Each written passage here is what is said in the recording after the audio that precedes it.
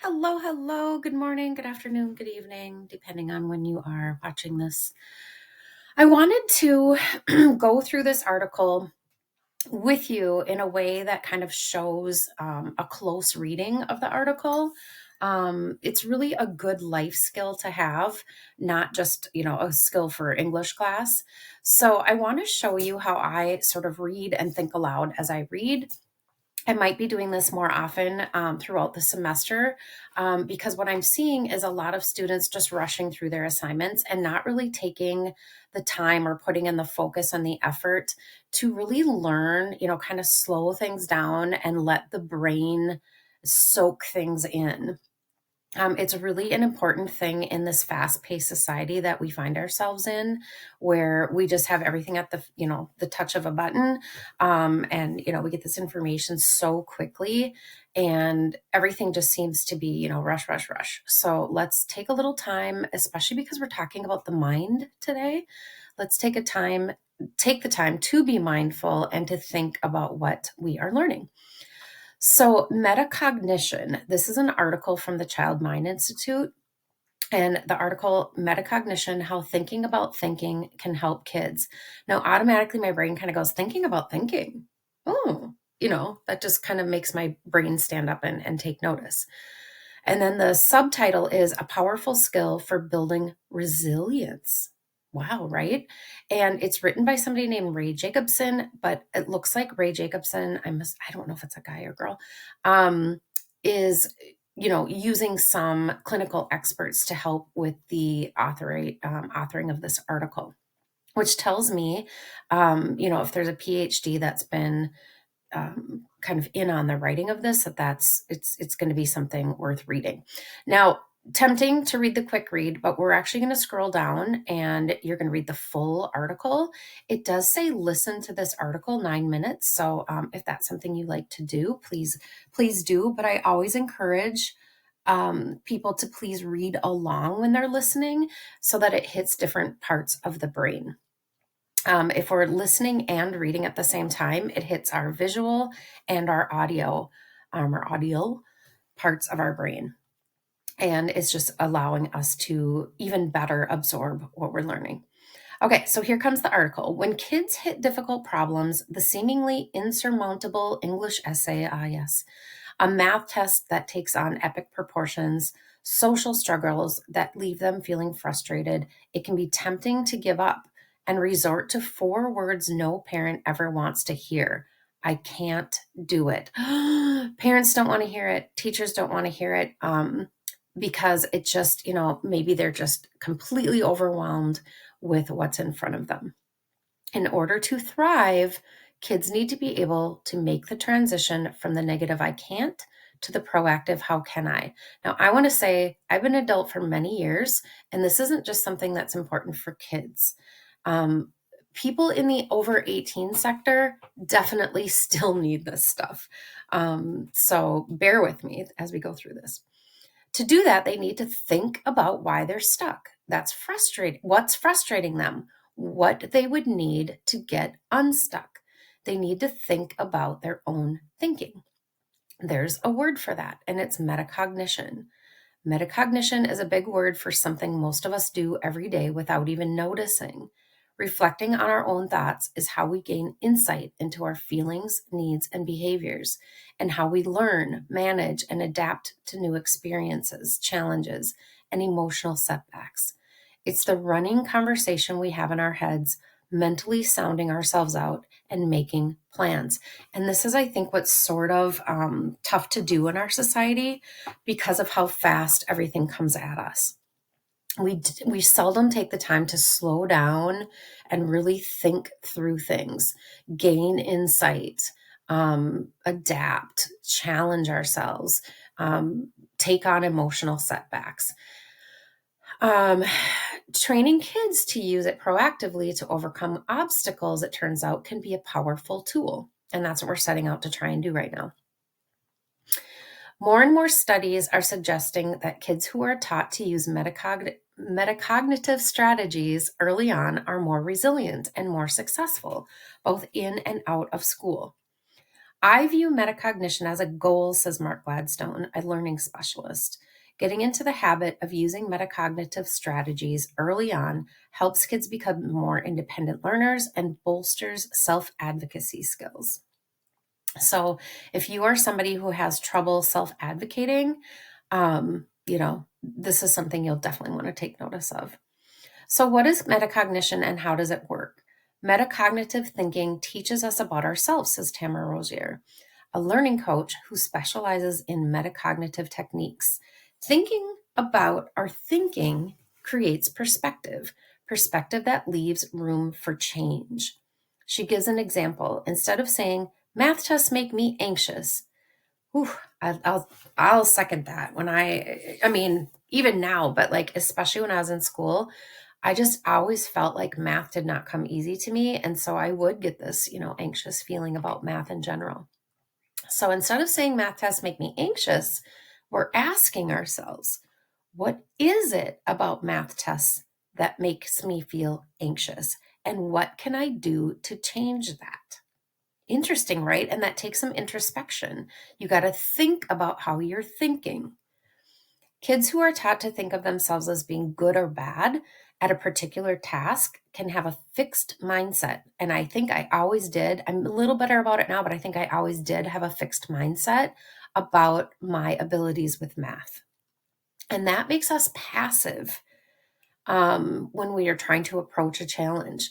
Either they can do it or they can't, but they aren't likely to think they can change that outcome. I know when I was young, I didn't think there was anything I could do to be better at math. I mean, I know different now, but teaching kids to be more metacognitive helps them move from a mindset that leaves little room for change to a mindset which promotes self-awareness and resilience.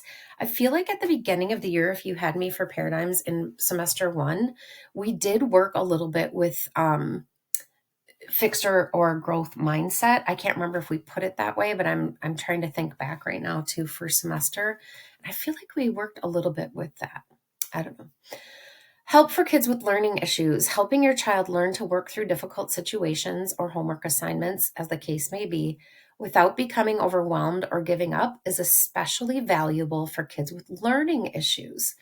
So if that's you, if you know that you have been diagnosed with some learning issues, this is especially valuable. So people, not just kids, again, I feel like this should say people, not just kids. People with learning issues have to come up with different strategies, different than maybe their counterparts, right? Different from their peers. So people with learning issues have to actually climb another mountain, right? Take on additional skills and coping mechanisms. So here are a couple examples. A child with ADHD who struggles to stay on task is likely to feel frustrated and anxious when he's assigned a long essay. If he's unable to reflect on why the project upsets him, he might think, everyone else is having an easy time. I'm just bad at writing. A kid who's learned to reflect on his own learning process, on the other hand, could look at the situation and say, I always feel like this when I have to work for a long time. Maybe if I take breaks every hour or so, I'll feel less stressed out. By taking a metacognitive approach, he's able to manage his frustration and find a better way to approach big assignments in the future. And that's not going to work very well if we leave everything until the last minute, right? We can't take breaks every hour or so if we left everything until 10 o'clock and things are due at midnight. So it also, I think, takes on some, planning and organization stuff. Great for self-regulation. Metacognitive skills are not only excellent tools for kids who learn differently and often find themselves struggling to keep up, they also enable kids to self-regulate when faced with challenges, especially unexpected ones. One of the most powerful byproducts of metacognitive thinking is increased self-regulation, says Gladstone. Now, my daughter, who's now an adult, but was diagnosed with ADHD as a child, and I know unexpected challenges have always been a struggle for her. They were really bad when she was young. She's come up with some, ways to cope with that now as an adult, but she still has to struggle maybe more than a lot of people when faced with unexpected challenges. So being able to self-regulate helps kids manage experiences that might otherwise overwhelm them. For example, take two girls who have to audition for a school play, both of whom are struggling with unusually difficult material. A girl who is, I don't know why my screen keeps blacking out. A girl who is regularly told how talented she is and is used to being praised for her performances is likely to get frustrated and overwhelmed at the sheer thought of performing badly. So interesting. You would think somebody who's always been told how talented they are would not become frustrated and overwhelmed. You would think they'd have a lot of confidence. Not true. A girl who is praised for her ability to work hard and persevere when she's faced with a challenge can draw on her metacognitive skills to help her manage her nerves and help her figure out a way of rehearsing that works better for her. So those are two very different situations. And why I think it's important for parents and teachers to not say, oh, you're so smart, you're so talented.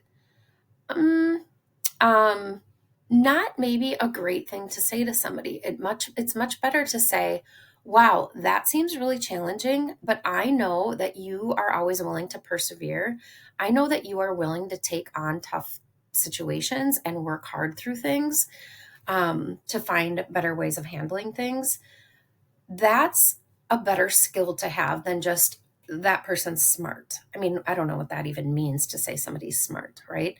But being able to research, face challenges, come up with problem solving things, that is a great skill to have. All right, quieting negative self talk. Oh my gosh, don't we all need that? Fallout from a fixed mindset often takes the form of self-criticism. The negative feelings kids experience when they feel frustrated easily turn into negative self-talk. Again, I'm a grown-up and I do plenty of negative self-talk. Try not to, but I do it sometimes. If I'm so smart, why did I fail the test? If I'm not smart, I'm useless. Again, what does it even mean to be smart? That's such a generalized statement, right? You can be good at something. When you place your value on being smart, anything that makes you feel less than smart is devastating, says Rozier. A lot of kids develop a negative inner voice, and they develop it in place of metacognition. This negative voice is sneaky, she explains, often masquerading as a coach. You can mistake self-criticism for motivation. What we want to do is get rid of the negative inner voice and replace it with metacognitive thinking that helps your child, or you, I'm thinking about myself in this case, find new ways to manage my challenges instead of beating myself up about them. How to encourage metacognition? How do you help your child? How do you help yourself start becoming more meta? I love that. Can I become more meta? Metacognitive questions, says Rozier, will help your child begin thinking in a more reflective way. I'm going to replace your child with will help me begin thinking in a more reflective way. Questions should be open-ended. And again, I'm going to replace your child with ourselves because we're reading this thinking about ourselves right now. So give questions that are open-ended. Give yourself some space to reflect on your thinking. Tell me, let me think more about why I think that. Why am I thinking this? Don't blame when you're thinking about. Stay open-minded when you feel anxious, when you feel like you're acting out. Ask yourself to think about the behavior. How can I manage difficult situations in a better way? Why did I get so upset when so-and-so did this thing? And then be solution focused. Encourage yourself to think about how you can understand things and learn to understand things so that you might act differently in the future. How can I do this differently next time? And then be process oriented, meaning how did my thought process work in this particular situation? How will I know when this project is finished? How will I know when this assignment is finished? How will I know when I'm done with this painting? I'm somebody who actually has a lot of trouble finishing projects. I'm really great at starting them, and I get really excited about a new adventure or a new project, but I'm really not great at finishing them because I never feel like they're good enough. The perfectionist in me rears its ugly head. So I need to ask myself, how do I know when this is finished? And sometimes good enough is good enough too. Not always, but sometimes. All right. And then again, be patient with yourself. This is coming up on 15 minutes, and I do have just a little bit left to go here. So I think I'm just going to finish. I usually try to keep these to 15 minutes, but I talked a little too much. So learning to learn, asking questions at home or asking questions of ourselves will help us begin to use this metacognitive strategy stuff in schoolwork or in the workplace. A lot of you are already in the workplace or are going to be very, very soon. So for many of us, especially if we have learning differences, it's going to be harder to do than it sounds to use these metacognitive strategies. It's going to be so easy to get bogged down, especially if we have developed poor study habits, if we are a procrastinator. I know I can be, I'm getting better, but I can be. Homework meltdowns, test stress, writing stresses, right? I know asking students to write is a huge deal. And it seems like every year, asking students to write is getting more and more of a challenge. So if you're struggling to work through writing a long paper, ask questions that help you use your metacognitive skills to try a different approach. What do you think is making it hard for you to work on this paper right now? What are some strategies that have helped you do well on similar papers in the past? Can you use those insights to help you with the work you're doing now? Y'all, there are so many hundreds, if not thousands, of YouTube videos helping with writing strategies. Use that, use that help. Type into YouTube. What are some strategies I can use when I'm working on writing a paper, or something like that. Asking metacognitive questions will help you clarify your process, manage your anxiety, find a better way to approach your paper. But the benefits don't end when the assignment is done. The more you're able to understand your learning processes, it's going to be easier for you to figure out what strategies and supports are going to work best for you.